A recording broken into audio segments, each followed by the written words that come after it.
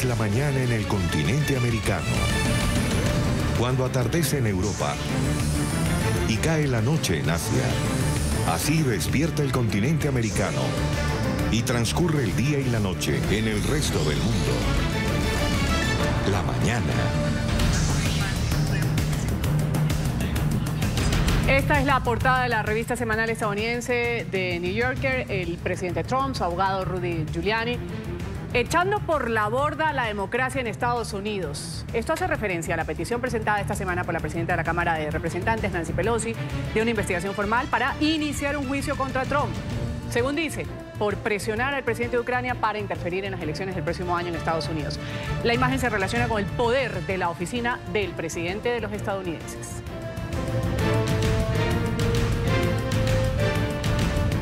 Vamos a empezar así la mañana agradeciéndole su sintonía con el canal de las Américas, Ruth del Salto, junto a ustedes en este comienzo del fin de semana, en este viernes.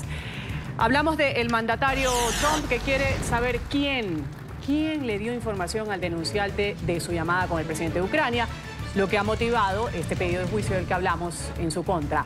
Así lo revela un audio obtenido por el diario Los Angeles Times, en el que el presidente estadounidense asegura que quien haya compartido esta información de sus conversaciones telefónicas es casi un espía.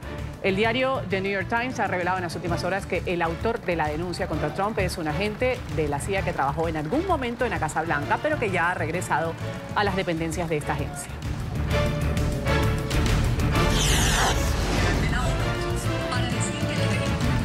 La secretaria de Estado Hillary Clinton, rival de la campaña presidencial de Donald Trump en el 2016, ha elegido palabras fuertes para expresar su apoyo al proceso de juicio político contra el mandatario. Dijo que no cree que el republicano sea reelegido para un segundo mandato, al calificarlo de amenaza para los Estados Unidos. Y ahora debe, como ha explicado, proceder con una investigación de impugnación contra el presidente, quien ha traicionado su juramento a defender la Constitución y a proteger y defender a nuestro país. Este ocupante del despacho Oval representa un peligro claro y presente para nuestro futuro, para nuestra democracia. Y esto es una declaración política, es una dura realidad. Por eso el presidente ha actuado, porque va al centro de nuestros valores, nuestra fuerza, nuestra libertad, nuestra seguridad y nuestra prosperidad. En disturbios y vandalismo ha terminado la marcha para conmemorar el 5º aniversario de la desaparición de los 43 estudiantes de Ayotzinapa en Ciudad de México. Un grupo de encapuchados se ha pintado grafitis, ha roto vidrios, ha intentado incendiar varios locales comerciales en el Paseo de la Reforma. Los comerciantes se han defendido con gas pimienta, algunos extintores, evitando así que ingresaran a los negocios para saquearlos. Algunas estaciones del metro también fueron vandalizadas durante la movilización que inició en el Ángel de la Independencia, ha terminado en el Zócalo. Aún no se tiene reporte de las personas que han sido heridas o arrestadas.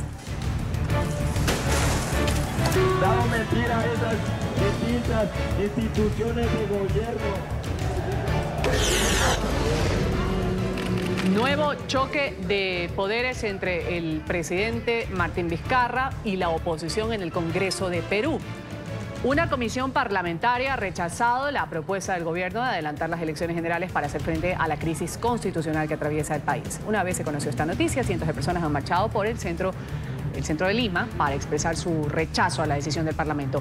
Ahora el mandatario peruano va a insistir con su proyecto, sumarle una moción de confianza que, de ser rechazada, le permitirá al Ejecutivo cerrar constitucionalmente el Congreso y convocar de inmediato a elecciones. Estamos aquí como gabinete en pleno para decirles que nuestro gobierno no se va a quedar con los brazos cruzados. Vamos a actuar con la autoridad y con la fortaleza que nos dan la Constitución y las leyes, y vamos a actuar con la responsabilidad que este Parlamento no ha sabido demostrar el día de hoy. Ciudadanas y ciudadanos del Perú, apelamos a su conciencia cívica, apelamos también a su responsabilidad y a su patriotismo y vigilancia. No permitamos que nuestros derechos, una vez más, sean pisoteados. El presidente Duque se equivocó, así lo asegura un medio de comunicación en Colombia por cuenta de esta imagen. Un puñado de guerrilleros, un grupo de niños que juegan en un círculo. En una de las imágenes, la que vemos en pantalla, esta es la que contiene el informe que Iván Duque ha entregado al secretario general de Naciones Unidas con el propósito de demostrar la protección del régimen de Maduro a grupos armados ilegales. Horas después, el diario colombiano, El Colombiano, aseguró que la instantánea no fue tomada en el país vecino, sino en el departamento del Cauca. Sin embargo, analistas están diciendo que esta fotografía no puede ni debe desvirtuar el contenido de las 128 páginas del dossier presentado por Duque.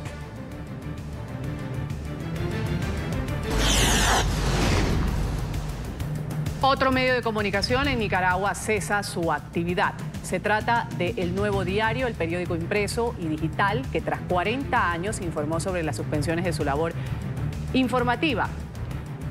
A través de un comunicado de la Junta Directiva del diario, ahí se ha argumentado que el desabastecimiento de materia prima provocado por la retención de insumos en la Dirección General de Aduanas se vio obligado a imprimir solo 8 páginas por esto, tras el inicio de la crisis sociopolítica. Desde agosto, el director editorial Douglas Carcache advirtió que el periódico iba a dejar de imprimir a consecuencia de la presión del régimen de Daniel Ortega. El Nuevo Diario se convirtió en uno de los medios de comunicación más críticos del régimen y, por ende, un objetivo político del mismo, según dice.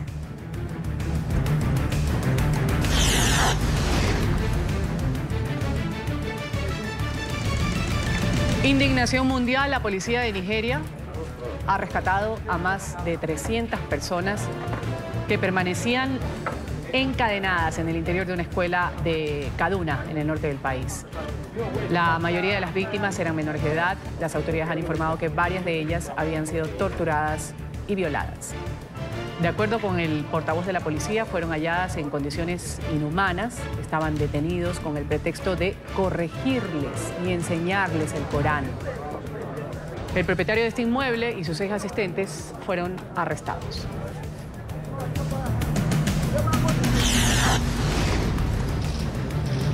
Fila en el Palacio del Elíseo para firmar bajo un retrato de Jacques Chirac.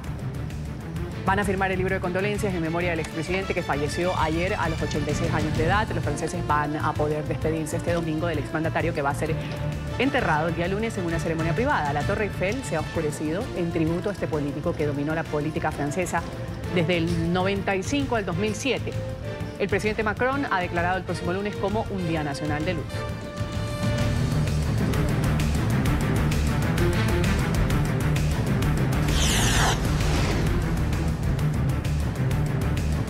Las autoridades de Arabia Saudí han hecho un llamado a la acción contra el régimen de Irán en el marco de la Asamblea de Naciones Unidas que se lleva a cabo en la ciudad de Nueva York. El ministro para Asuntos Exteriores del Reino Árabe ha instado a la comunidad internacional a elevar la presión contra Teherán. Esta noticia se conoce en medio de las recientes tensiones en Oriente Medio tras el ataque contra instalaciones petroleras sauditas. Quien necesite pruebas de que el acuerdo nuclear ha fracasado debe simplemente mirar los crímenes creados por el régimen iraní en Siria, crímenes que se cobraron la vida de más de 500.000 de personas. El régimen de Irán participó en la matanza del pueblo sirio, ya sea directamente o a través de sus representantes, y el apoyo de milicias como el terrorista Hezbollah. Es necesario que la comunidad internacional se dé cuenta de que cortar las fuentes financieras es la mejor manera de obligar al régimen a renunciar a sus milicias. Mea culpa, el príncipe heredero de Arabia Saudí, Mohammed bin Salman, ha asumido su responsabilidad en el asesinato del periodista Jamal Khashoggi. En un avance de un documental del programa Frontline del sistema de medios públicos estadounidenses, el príncipe ha dicho ser el responsable indirecto de este crimen porque ocurrió durante su mandato. Bin Salman ha hecho esta declaración en diciembre pasado durante una actividad deportiva después de que Arabia Saudí hubiera admitido el asesinato del periodista y anunciado el procesamiento de 11 personas. Khashoggi fue asesinado el 2 de octubre en el consulado saudí en Estambul.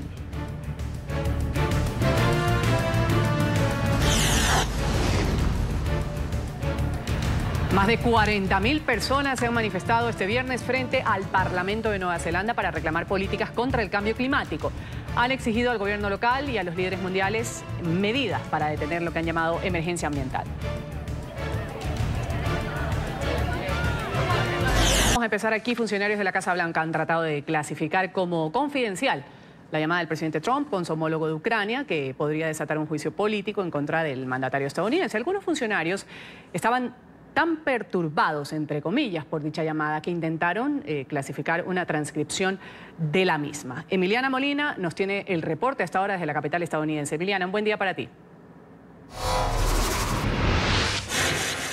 Así es, Ruth, ¿qué tal? Muy buenos días. Pues la denuncia destaca que Trump quiso impedir el acceso a su llamada a Ucrania y el papel de Trump y su abogado personal Rudy Giuliani ahora están bajo la lupa por los excesos en los que pudieron haber incurrido. La identidad del denunciante aún se desconoce, pero según medios estadounidenses se trata de alguien que trabaja en la Agencia Central de Inteligencia o la CIA, que había sido asignado a trabajar temporalmente en la Casa Blanca como parte de la comunidad de agencias de inteligencia. Se trata de un o una analista de carrera conocedor de la política ucraniana. Ahora, en los últimos minutos, el mandatario estadounidense Donald Trump pidió la dimisión del presidente del Comité de Inteligencia, Adam Schiff. Esto después de que Schiff supuestamente leyera una transcripción diferente a la publicada por la administración de Donald Trump en los últimos días. Y es por eso que Trump ahora pide la dimisión de este legislador. Pero la división entre los republicanos y los demócratas en cuanto a esta llamada es completamente clara. Esta llamada no significa nada en términos de una retribución. El presidente de los Estados Unidos no le sugirió jamás a Ucrania algo como: si no aceptas mi oferta política contra los Biden, les voy a quitar el dinero. Donald Trump se va a ahogar con este supuesto suceso. Se hundirá con esta situación porque lo que muestra es una conducta criminal repetida, concertada y premeditada. El denunciante asegura que está profundamente preocupado porque las acciones descritas constituyen un serio problema, abuso o violación de la ley u órdenes ejecutivas. También expresa su preocupación por los riesgos a la seguridad nacional y la injerencia extranjera en las elecciones estadounidenses. Y es que según este informe del denunciante, la administración de Donald Trump no es la primera vez en que el Ejecutivo sostiene una llamada con un líder extranjero y que utilizan diversos programas de la administración para clasificar estas llamadas. Entonces, se supone que parte de la llamada la pusieron como material clasificado y la otra parte sí lo dejaron o permitieron que saliera a la luz pública. Algo bastante preocupante según múltiples legisladores. Esa es toda la información que tenemos en directo desde Washington. Ruth, regreso con ustedes. Gracias, Emiliana, por tus reportes de la capital estadounidense. Vamos a hablar ahora de Delcy Rodríguez, la vicepresidenta del régimen de Nicolás Maduro. Ella ha anunciado que va a llevar a Nueva York la verdad sobre Venezuela, va a entregar más de 13 millones de firmas de la campaña No More Trump también. La noticia enseguida con nuestro periodista en Caracas, Oliver Fernández, para luego dar paso, por supuesto, al sitio de la noticia, la sede de Naciones Unidas en Nueva York, Alejandro Rincón. Primero, vamos con Oliver sobre lo que ha dicho la vicepresidenta del régimen de Maduro, que se presenta hoy en la Asamblea de Naciones Unidas. Adelante. Un buen día para ti, Ruth, y también para nuestros televidentes. Lo primero que ha dicho Delcy Rodríguez, vicepresidenta de Nicolás Maduro, es que vio impactada la reunión que sostuvo justamente Nicolás Maduro con el presidente de Rusia, Vladimir Putin. Dijo que esto es lo importante, la cooperación internacional y sobre todo el respeto al derecho internacional. Y por otra parte también ha dicho que hoy irá a Nueva York a llevar un mensaje de paz y de la verdad de lo que ocurre en Venezuela. También ha dicho que supuestamente va a entregar más de 13 millones de firmas a Antonio Guterres, secretario general de la Organización de Naciones Unidas, en esta campaña que se ha realizado ya desde hace varios días, varias semanas acá en Venezuela, supuestamente a la no intervención por parte del gobierno norteamericano. Pero es importante detenernos acá, Ruth, porque se habla de más de 13 millones de firmas. Es casi medio país, según lo que ha dicho la vicepresidenta de Nicolás Maduro, los que han firmado. Y también recordemos que hay que restarle aproximadamente a unos 4.200.000 personas que han tenido que salir de Venezuela producto de la crisis. Esto ha traído como consecuencia, por supuesto, la crítica de los venezolanos, que han dicho que de dónde han sacado esta cifra, estas 13 millones de firmas, cuando en la calle lo que se ve es desolación y crisis en esta nación suramericana. Sin embargo, vamos a ver qué fue lo que dijo la vicepresidenta de Nicolás Maduro. Nosotros vamos a Nueva York a llevar la verdad de Venezuela, a llevar las más de 13 millones de firmas que todos los venezolanos y las venezolanas le estamos enviando una carta al secretario general Antonio Guterres diciéndole no a las agresiones del gobierno de Donald Trump contra nuestra patria, no al intervencionismo, no al injerencismo que permite, que procura perturbar la vida nacional. Venezuela en su conjunto, en unidad y en unión nacional, vamos a resolver nuestros problemas. No necesitamos ningún tipo de intervencionismo. Ruth, y la Organización de Naciones Unidas, sobre todo lo que tiene que ver con los derechos humanos, ha resuelto en crear una comisión que investigue la violación a los derechos humanos en Venezuela, y eso es lo que está ocurriendo precisamente en la Organización de Naciones Unidas. Con esta información retornamos contigo a la mañana de NTN 24. Vamos a agradecerte este reporte desde Caracas, las declaraciones de Delcy Rodríguez, y damos paso inmediatamente a Alejandro Rincón desde Nueva York, que nos reporta sobre el cuarto día de sesiones de Naciones Unidas. Alejandro, Maduro, sabemos, pues no pudo ir a la cita en Nueva York, estaba en Rusia con Putin y va su representante, como lo ha dicho Oliver, Delcy Rodríguez. ¿Qué expectativas hay con esta intervención de Rodríguez? Y te pregunto esto porque se han visto cosas nunca antes vistas en una asamblea de la ONU, por ejemplo, la reunión paralela del presidente Trump con presidentes de otras naciones de América Latina para hablar de la crisis en Venezuela. Adelante, Alejandro.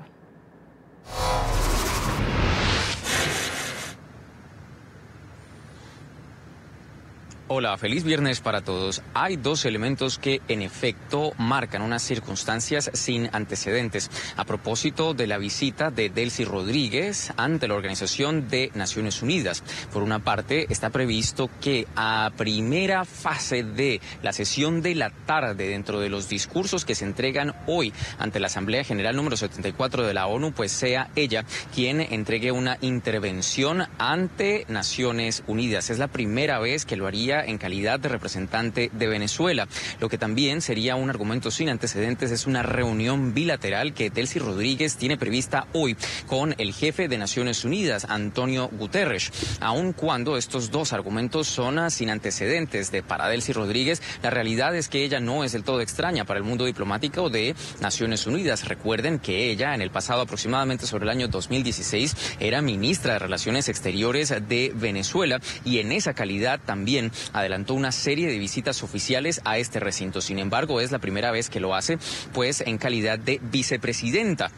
Ahora, entre tanto, esta intervención de Delcy Rodríguez también está marcada por una serie de argumentos que han tenido lugar en las últimas horas, en particular en el Consejo de Derechos Humanos en Ginebra, que hoy votó una resolución en contra del régimen de Nicolás Maduro, esto con el objetivo de avanzar en una investigación para esclarecer ciertas circunstancias alrededor de violaciones de los derechos humanos en territorio venezolano.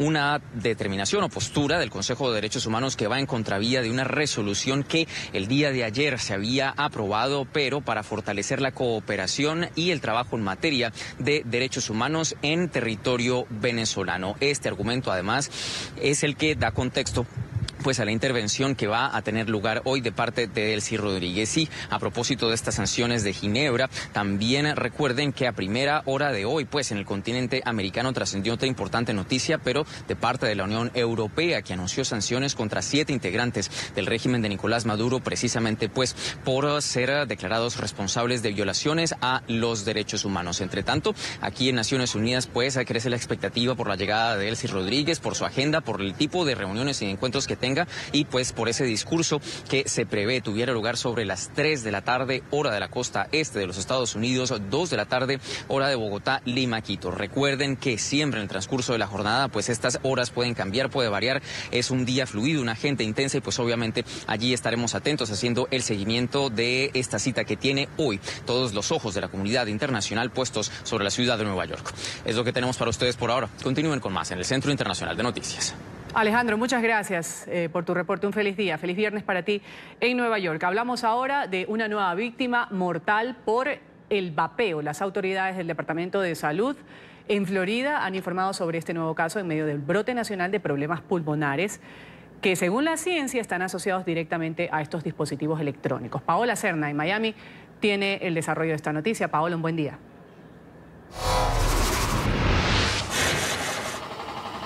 Hola, ¿qué tal? Muy buenos días. Pues bien, las autoridades de salud del estado de la Florida han reportado una víctima mortal a nivel estatal. Es la primera que se presenta en el estado de la Florida que ha muerto consecuencia de utilizar estos cigarrillos electrónicos.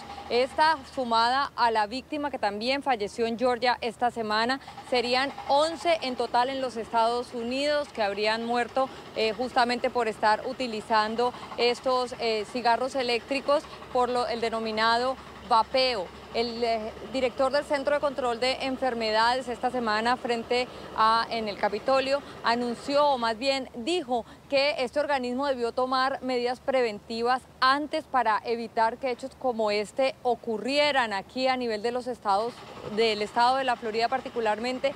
Se llevan a cabo las autoridades de salud investigaciones por denuncias de alrededor de 1000 casos de personas que están sufriendo de estas graves enfermedades pulmonares. Esto se suma a las 530 denuncias que tiene el Centro de Control de Enfermedades, esto a nivel nacional, que también han recibido reportes de personas afectadas por utilizar estos cigarros eléctricos. Pues bien, ya son 11 las víctimas mortales que habrían muerto a consecuencia de este llamado vapeo, de la utilización de estos cigarros electrónicos en los Estados Unidos, con estas dos nuevas víctimas de Georgia, reportada este miércoles, y la recientemente reportada por las autoridades de la Florida. Es por ahora la información desde Miami. Soy Paola Serna. Continúen con más desde nuestros estudios centrales. Muy buenos días.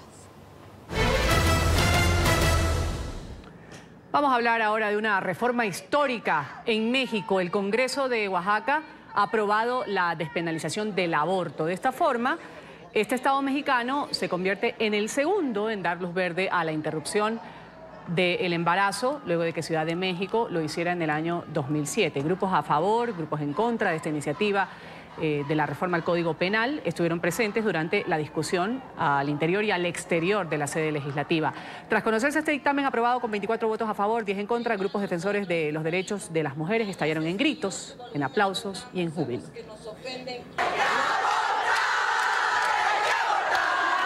Victoria para grupos pro vida en el estado de Oaxaca, en el sur de México.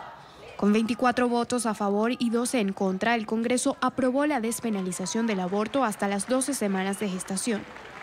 La ley causó polémica en el país predominantemente católico. Fuera de la capital mexicana, que legalizó el aborto en 2007, el procedimiento ha sido ilegal en todos los estados hasta ahora, excepto en ciertas circunstancias como la violación. Activistas de los derechos de las mujeres promovían legalizar la interrupción del embarazo, argumentando que cada año en Oaxaca se registran cerca de 9,000 abortos clandestinos, de acuerdo con cifras de las autoridades, 17% de ellos practicados a menores de 20 años, siendo esta la tercera causa de mortalidad materna en el estado y la cuarta en la nación. Es un gran avance para la ampliación de los derechos de las mujeres, no tan solo de Oaxaca, por eso estamos festejando a nivel nacional, inclusive a nivel latinoamericano, porque no se había podido mover nada después del avance en la Ciudad de México. Entre tanto, grupos religiosos aseguraron que el aborto es un acto de violencia. La aprobación de la medida se produjo solo unos días después de que López Obrador enviara un proyecto de ley al Congreso Federal que otorgaría una amnistía a las mujeres que cumplen condena en prisión por aborto. Desde 2016, unas 20 mujeres han sido encarceladas por practicarse abortos clandestinos. Vamos a saludar a esta hora en México a Hilda Pérez Luis, senadora por el Partido Morena, Distrito Oaxaca Sur. Gracias por estar con nosotros aquí, senadora, en la mañana de NTN 24. Bienvenida. Muy buenos días, Ruth. Únicamente aclaro, soy diputada local de Oaxaca. Muchas gracias por la aclaración, diputada. Oaxaca, segunda entidad en México en despenalizar el aborto hasta la semana 12 de gestación. ¿Por qué era necesario llevar esta discusión dentro de los diputados? Era muy necesario, es una deuda histórica que se tenía con las mujeres de nuestra entidad. Oaxaca es un estado multiétnico, multicultural, que vive hoy en día una alerta de violencia de género.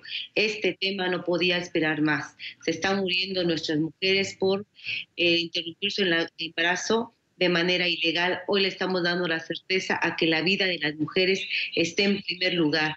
visibilizar el tema como un problema de salud pública que tenemos que entender todos y todos en el Estado. ¿Qué decir, diputada, a la gente? Pues que el día de ayer, como veíamos, había grupos a favor, en contra de la despenalización del aborto, y hay quienes afirmaban que esto significa que es un acto de violencia visto desde cualquier punto de vista. ¿Cuál es la respuesta o los argumentos que ustedes tienen para desmentir que esto sea así? Primero, aclarar a la ciudadanía de Oaxaca, de nuestro país, que nosotros no estamos promoviendo el aborto. Nosotros lo que estamos dando es las herramientas jurídicas necesarias, las herramientas que protejan la salud y la vida de las mujeres. Creo que eso hay que dejarlo muy en claro. La interrupción legal del embarazo se puede dar hasta la 12ª semana. Después de eso existen sanciones que se verán aplicadas si alguien obliga a la mujer a hacerlo sin su consentimiento o la misma mujer lo interrumpe hasta las 12 semanas. ¿Qué te puedo decir? Es un tema polémico, no ha sido un tema fácil, ha sido muy complicado transitarlo por precisamente los grupos de ultraderecha que han defendido este tema de la vida, cómo lo conciben ellos.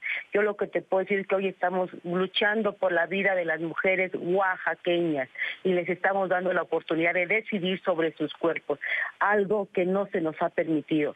Se ha violentado nuestros derechos desde hace muchas décadas, y esta lucha, quiero reconocerlo, a las mujeres feministas de Oaxaca, que no han dejado de estar en las calles alzando la voz, y hoy, a partir de que el 1 de julio de 2018 una izquierda responsable llega al Congreso del Estado, pudimos hacer realidad este compromiso social que se tenía con las mujeres. Ahora, diputada, sin duda, como usted lo ha dicho, reformas que se convierten en históricas en México, en su estado en particular, que generan mucha polémica, y esto en cualquier país de América Latina en donde pues, se lleva al legislativo el tema del aborto. Usted ha dicho, teníamos una deuda pendiente para defender la salud y vida de las mujeres. ¿Por qué no defienden, y le pregunto directamente, la salud y vida del feto en formación? Ese es el tema de discusión, ese es el tema de discusión, pero insisto, la vida de la mujer ante todo. La mujer tiene derecho a decidir su maternidad. Hoy el que obliguemos a nuestras mujeres a que continúen con embarazo le está violentando sus derechos humanos. Cada mujer debe decidir su maternidad de manera responsable, y eso es lo que se hace. Todo el contexto social, moral, social, psicológico que tiene una mujer al tomar una decisión de esta naturaleza, creo que debe ser muy respetada. Entonces yo te doy la postura clara de lo que hoy vimos, que fue la vida, la integridad de las mujeres.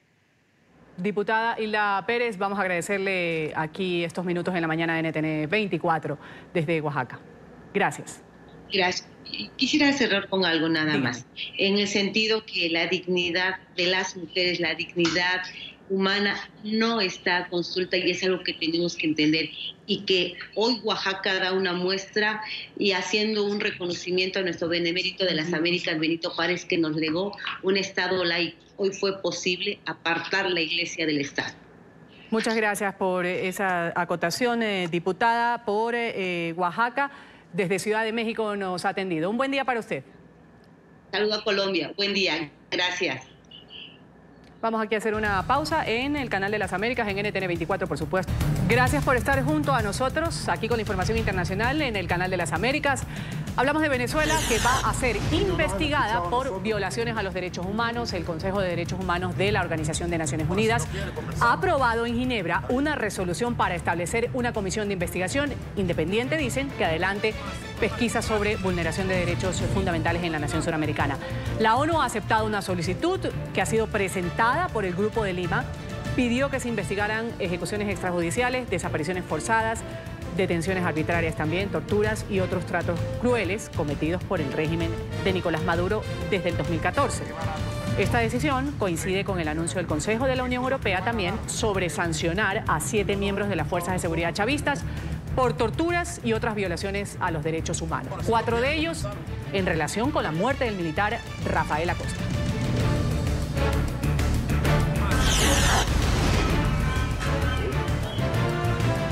La provincia de Carchi, en Ecuador, ha completado ya 3 días de protestas contra el gobierno de Lenín Moreno. Los ciudadanos exigen al mandatario la reducción del IVA, la declaración de la parroquia urbana de Tulcán como zona franca, la ampliación de la vía panamericana entre Bolívar y Rumichaca, entre otras demandas. Las manifestaciones han generado congestión en la zona fronteriza con Colombia y también el represamiento de vehículos en el puente internacional Rumichaca, donde algunos ciudadanos ecuatorianos levantaron piquetes y quemaron llantas. Ante estas acciones, la policía ha intentado dispersar a los manifestantes, generando, por supuesto, enfrentamientos. El 1 de octubre se cumplen 70 años de la fundación de la República Popular China. En las últimas horas, en la ciudad de Harbin, se ha realizado un espectáculo maravilloso de luces, una presentación musical por este aniversario. El evento ha contado con iluminaciones en las estructuras emblemáticas de esta ciudad.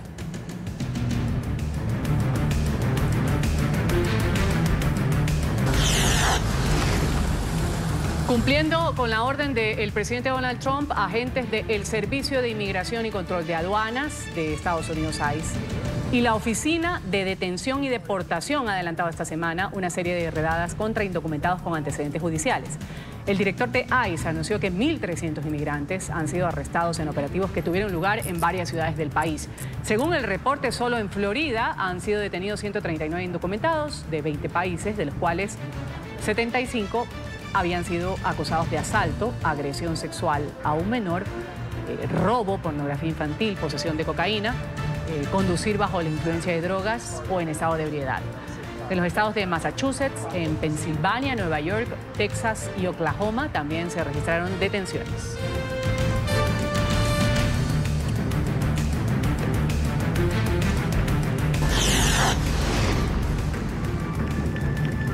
Y esto sucede en México. 2 grupos que promueven la diversidad y la inclusión han organizado el primer desfile de modas para personas con capacidades diferentes, para promover la aceptación, eliminar las barreras que enfrentan las personas con discapacidad en México. El evento se ha llevado a cabo en el bosque de Chapultepec, en Ciudad de México. Ha contado con 19 modelos jovencitas, 11 de las cuales viven con algún tipo de discapacidad, que orgullosamente han caminado por la pasarela mostrando una variedad de atuendos de reconocidos diseñadores.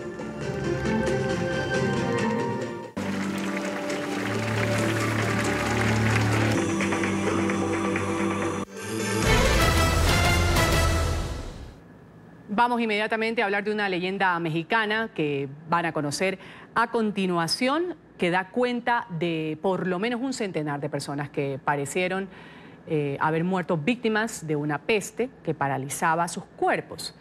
Por allá en 1830, las autoridades se apresuraron a sepultarlas para que no se extendiera este mal. Tiempo después, estaban momificadas. Sus rostros reflejaban haber muerto de asfixia y horror.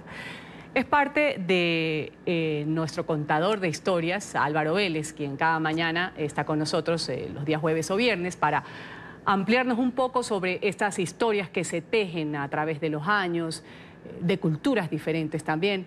Álvaro. Pues Ruth, muchísimas gracias. Y mira que esta es una de esas crónicas fascinantes, porque tiene una leyenda detrás, una leyenda, como tú decías, de 1830, producto un poco del poder eclesiástico en Guanajuato, que decidió que unas personas que estaban muriendo eran herejes, eran ateos, y que pues la maldición había caído sobre ellas, de manera que la gente corrió a enterrarlas, a sepultarlas muy pronto, y resulta que no estaban muertas, sino que padecían una rara enfermedad, como una catalepsia, una cosa así. Cuando fueron a exhumarlas unos años después, se dieron cuenta que estas personas despertaban dentro de sus cajones, de sus mortajas, y morían, ahora sí, pero de asfixia y horror. Para no contarles más y dañar la crónica, los invito a que la veamos, ya conversamos sobre ella.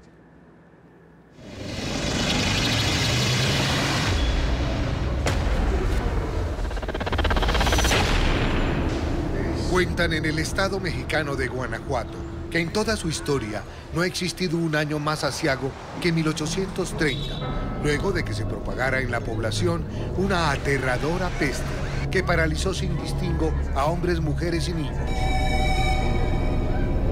Sacerdotes deseosos de imprimir temor a Dios dijeron de esta peste en sus propios atrios que había sido enviada por el mismo Lucifer en castigo a los malcreyentes y ateos. Ellos pagarían su herejía quedando como estatuas en vida. Pues es la tercera vez que vengo. Soy mexicana, entonces conozco desde que era niña. La gente se apresuró entonces a enterrar los cuerpos paralizados para evitar contagios, sin entender que las personas aún se hallaban con vida en una especie de catalepsia que más tarde desaparecería. Se escuchan los murmullos en esta sala de Remigio Leroy. Nos tocan la vitrina, se escucha el vientecito. Pues eso es lo que nos hace salir disparadas para afuera, pero al final tenemos que regresar. Ya en el cementerio, los difuntos aparentes despertaban en sus respectivas mortajas y solo hasta entonces morían en una agonía indescriptible de asfixia y horror.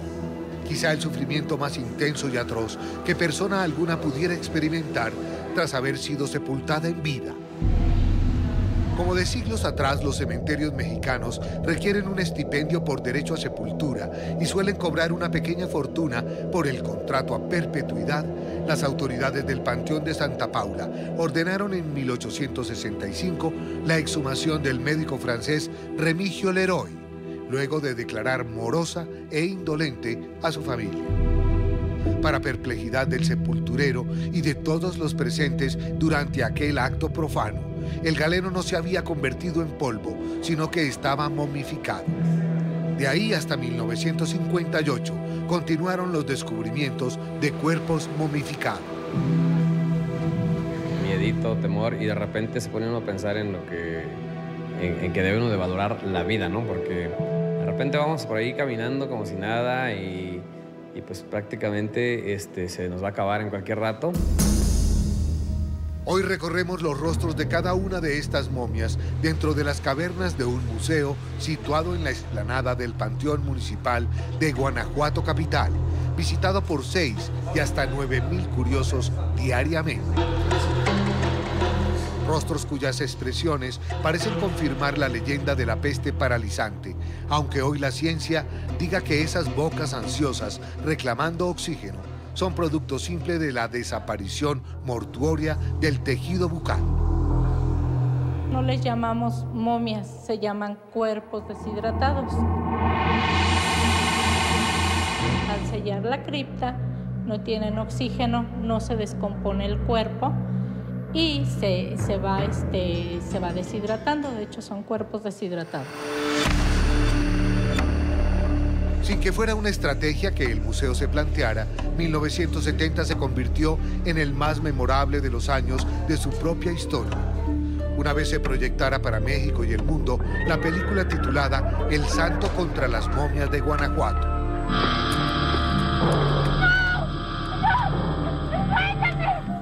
Las catacumbas resultaron insuficientes para recibir a tanto público y el personal llegó a temer por la preservación de las momias entre la irreverente muchedumbre incapaz de contener su deseo de tocarlas, abrazarlas y que incluso las llegó a besar.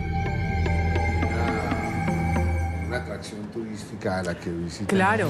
Y justamente estamos comentando aquí con Álvaro, viendo esta crónica, pues que los mexicanos son tan inteligentes que lo han convertido en una atracción turística. Claro. Un episodio que para muchos puede ser un poquito macabro. Resulta bastante macabro. Es más, en países como Perú, como Ecuador y Colombia, también se da el fenómeno de la momificación, que al final se vino a entender tenía que ver con los minerales que tiene la tierra en la que sepultan a estas personas. Hoy ya sabemos que eso las momifica, pero nosotros no le paramos muchas bolas a eso, arrumamos las momias, mientras que los mexicanos han sabido hacer de esto una atracción que les da muchísimos ingresos, ¿no? Y todo el mundo quiere conocer sobre las momias de Guanajuato. Todo el mundo quiere conocerlas, claro que sí. Muchas gracias, Álvaro, por esta crónica. Gracias. Próxima semana, nueva cita contigo. Muchísimas gracias. Te prometo Aquí estaré. Cafecito. Por favor, sí, un cafecito estaría bien. Gracias, Álvaro. Vamos ahora a hablar del presidente de Colombia, el mandatario Iván Duque, que entregó al secretario general de la ONU el dossier de 128 páginas con pruebas de la presencia de guerrilleros del ELN y también disidencias de la FARC en territorio venezolano. Este documento señala reuniones recientes de grupos criminales y también el apoyo que reciben de parte del régimen de Nicolás Maduro. El compilado contiene testimonios, mapas, fotografías e información sobre la ubicación de jefes del ELN y disidencias de las FARC, su relación con agentes de Maduro y los negocios ilegales que tendrían en territorio venezolano. Creo además que la información que se ha entregado es muy contundente y tiene que servir para que el mundo entero no solamente siga condenando esa dictadura, sino para que se consoliden más sanciones contra el régimen. En esta página titulada Reuniones clandestinas de cabecillas disidentes de las antiguas FARC y el ELN, se detallan sitios, objetivos y participantes de encuentros en Venezuela. En un primer seguimiento se habla de las disidencias de las antiguas FARC y ELN en abril de 2019. Desarrollado en el municipio de Lorza, estado Apure, Venezuela. Objetivo, la creación de grupos terroristas en América Latina. En un segundo seguimiento consignado en el dossier, se aborda una reunión entre disidencias de las FARC y ELN en mayo de 2019.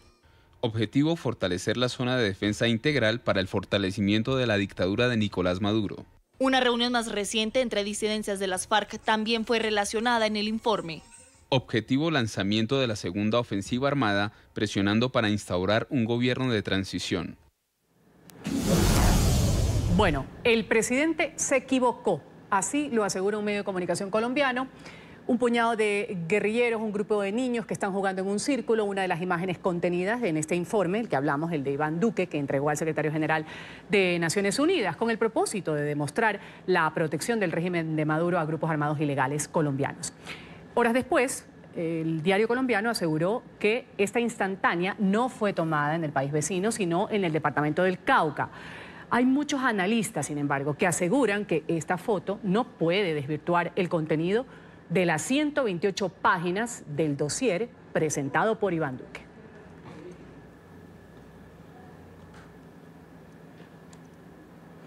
Fundarredes ha denunciado la actuación de grupos armados irregulares colombianos en Venezuela desde el año 2002. Está con nosotros aquí en la mañana el director general Javier Tarazona. Gracias, Javier, por dedicarnos estos minutos en el Canal de las Américas. Bienvenido. Bueno, buenos días, agradecer la oportunidad, saludar a todos los televidentes de América.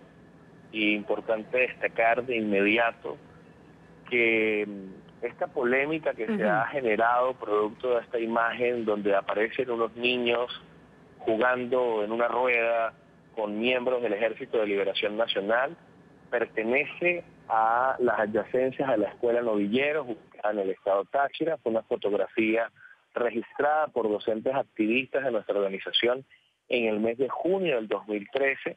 Nuestra organización denunció este tipo de hechos junto a otros elementos, junto a otros procedimientos que desarrolla este grupo terrorista en Venezuela el 17 de junio del 2013. Pero quiero agregar un elemento. Javier, para puntualizar, entonces, esta fotografía que ha generado la polémica que usted dice de parte de la oposición de Iván Duque, que cómo es posible que se haya equivocado, sale el medio de comunicación diciendo que es en el Cauca. ¿Dónde es esta fotografía? ¿Son niños venezolanos o del Cauca?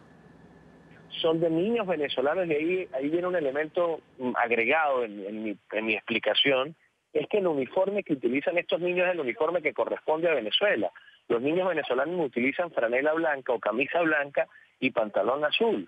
Los niños colombianos utilizan otro tipo de uniforme. O sea, esa es la mejor demostración de que esta fotografía es en territorio venezolano, pertenece a la Escuela Novilleros ubicada en el estado Táchira y junto a esta escuela otra red de escuelas rurales donde hay presencia de la guerrilla colombiana, tanto del ELN como de la FARC, pero de manera bien precisa, esta fotografía corresponde a elementos probatorios de nuestra denuncia de julio del 2013 y la publicación nuestra, nuestro primer informe público, impreso y digital como organización es en el año 2018. Entonces el error es de fecha, pero en el error de contenido no hay error de contenido. Esta foto pertenece al territorio venezolano, corresponde a acciones que la guerrilla colombiana hace y ojo, en este momento con muchísima mayor amplitud, con muchísima mayor contundencia, porque el ELN está presente en 17 estados de Venezuela y la FARC está presente en 3 estados de Venezuela. Javier, ustedes siempre han denunciado que hay penetración del ELN en escuelas en Venezuela, lo han venido haciendo durante estos últimos años, que entregan regalos, folletos, que están en actividades con niños en Venezuela. ¿Esta es una realidad? ¿Ustedes se mantienen en esta denuncia que finalmente también pues lo recoge el presidente Duque en este dossier que fue entregado ayer al secretario general de Naciones Unidas de 128 páginas? Por supuesto, esta misma semana, hace 2 días presentamos en la Asamblea Nacional de Venezuela, en la Comisión de la Familia, en la Comisión de Educación, elementos probatorios de un censo que ha hecho el Ejército de Liberación Nacional y la FARC a través de una fachada que ellos tienen acá en Venezuela llamada Fundación Amigos de la Escuela. A través de esta fachada, estos personajes se han encargado de censar a los niños en función de las necesidades socioeconómicas para entregar útiles escolares y para atender las necesidades. Hoy por hoy, la guerrilla colombiana representa en territorio venezolano, sobre todo en los estados fronterizos, la primera empresa transnacional generadora de empleo.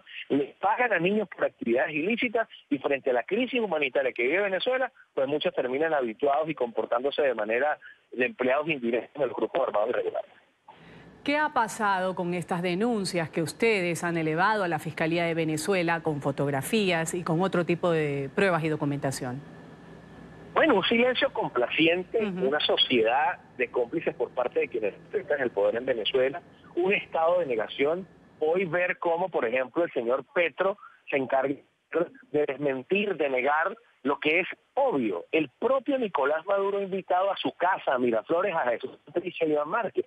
Han traído a Venezuela protegido como un diplomático, agranda a hablar de paz cuando es un señor que tiene las manos llenas de sangre, al igual que otros actores. Han desarrollado reuniones a lo largo y ancho del territorio nacional en lugares como la Casa de la Cultura de Santa Cruz de Aragua, en sedes de alcaldías como la alcaldía de Páez en Apure, como la alcaldía de Jesús María Semprún en el estado Zulia, como la alcaldía de Catatumbo en el estado Zulia. O sea, eso es permanente, es diario, es constante. La guerrilla colombiana en Venezuela no está de forma clandestina, opera en el territorio venezolano de manera libre y nosotros agradecemos muchísimo que el presidente Duque haya elevado a Naciones Unidas esta situación que nosotros hemos llevado a otras instancias, incluso a la propia representante de Naciones Unidas, Michelle Bachelet, se le entregó este informe. Se lo entregamos en manos también al propio canciller de la República Colombiana. Hemos ido en audiencia a la CIDH, le hemos entregado al propio secretario general de la OEA, el señor Luis Almagro, este informe. De manera que nosotros hemos venido elevando a instancias internacionales lo que hasta este momento ha sido silente para el Estado venezolano y no se ha desarrollado las investigaciones y las responsabilidades pertinentes.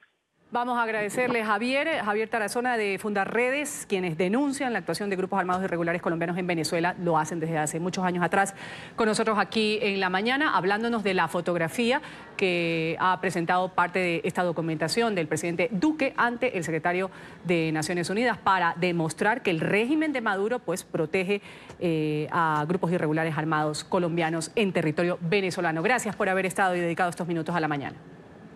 Un abrazo. Esperamos que Naciones Unidas no engavete esta denuncia, por el contrario tome las acciones pertinentes para que beneficie a la población venezolana y la comunidad internacional. Que así sea.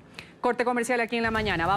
Bogotá se prepara para el Go Fest. Del 2 al 4 de octubre, la Cámara de Comercio de la capital colombiana va a llevar a cabo la segunda edición de este festival de emprendimiento, un encuentro dedicado justamente a promover el talento y la innovación, las nuevas tecnologías, los desafíos y oportunidades para los interesados en hacer negocio van a ser los temas que van a abordarse en este evento. Expertos nacionales, también gente del acontecer mundial van a estar a cargo de las conferencias orientadas a analizar las dinámicas para hacer lucrativa una idea y cómo poder financiarla. Además, durante este festival se va a llevar a cabo la 15ª Feria de Jóvenes Empresarios, un espacio que empresas o proyectos de desarrollo de parte de jóvenes van a exhibir, van a vender sus productos, esto como una experiencia de relacionamiento directo con los clientes. Juan David Castaño, vicepresidente de Fortalecimiento Empresarial de la Cámara de Comercio de Bogotá, está con nosotros aquí en la mañana de NTN 24. Bienvenido. Gracias. Muchas gracias, Ruth, por la invitación. Gracias a ustedes por estar aquí hablando de este Go Fest, segunda vez que se realiza. Y según lo que estaba leyendo hace un momento, pues oportunidades y desafíos, también tecnologías. Estas son las 3 palabras que van a ser reiteradamente mencionadas por los expositores que llegan a la capital colombiana. Así es, queremos de hablar de innovación, queremos de hablar de cambio tecnológico, pero sobre todo cómo ese cambio tecnológico está habilitando unas oportunidades para emprendedores y para que empresas aprovechen y atiendan públicos que de pronto no estaban siendo atendidos o nuevos clientes. Entonces vamos a hablar de tecnología, innovación, diseño, todo con oportunidades para nuevos emprendedores. ¿Quiénes vienen? Nos acompañan más de 15 conferencistas internacionales. Nos acompaña la cabeza de la Dirección de Innovación e Investigación de Intel, que están haciendo proyectos espectaculares cómo la tecnología afecta a las industrias creativas y culturales, por ejemplo. Nos acompaña Vishaka Singh, una de las actrices más importantes de India, que ha incorporado tecnologías como de inteligencia artificial para esta labor también de industrias creativas y culturales. Nos acompañan gente del mundo de la consultoría que siempre están a la vanguardia en temas tecnológicos, emprendedores mexicanos, colombianos, argentinos, en fin, vamos a contar con una parrilla de conferencistas muy interesante y esto es una invitación para todas las personas que nos ven a que vayan y disfruten. Todas las personas y particularmente ustedes están haciendo un llamado a los jóvenes, a los emprendedores, a quienes quieren desarrollar una idea y de pronto no saben ni cómo financiarla ni cómo ponerla en marcha. Así es, Ruth. El emprendimiento no tiene edad, pero nosotros desde la Cámara creemos que generamos estas plataformas para habilitar el talento joven de nuestra ciudad. Esos jóvenes que tienen una idea y que quieren hacerla realidad y que de pronto enfrentan muchas de esas dificultades cuando uno se lanza al mundo del emprendimiento y queremos estar ahí. La Cámara de Comercio de Bogotá ha estado 140 años acompañando a todos los emprendedores de Bogotá y la región y queremos seguir haciendo esta labor y para eso habilitamos plataformas como el Festival del Emprendimiento de Bogotá. Así es, para quienes necesiten conocer más o acudir a esta cita en la capital colombiana, www.ccb.org.co.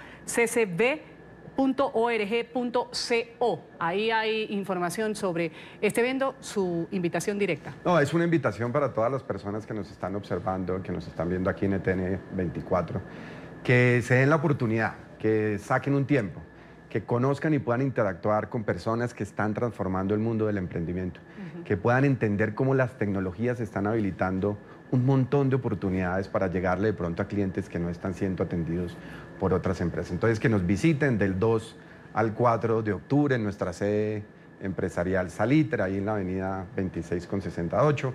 Es gratuito, solamente se requiere una inscripción y están en este momento abiertas en nuestra página de internet.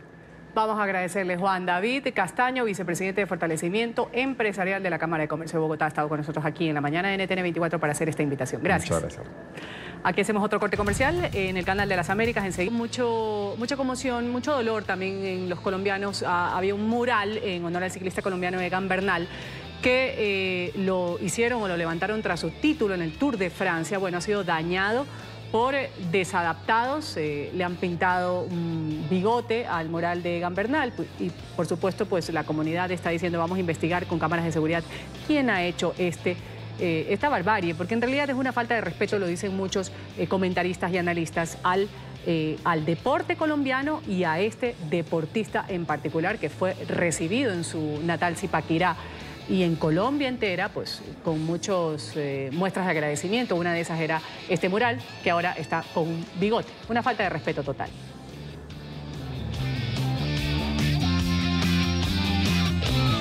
Vamos a agradecerles a ustedes también su sintonía con el canal de las Américas, con NTN 24. Hemos desarrollado las informaciones a primera hora de la mañana en las Américas.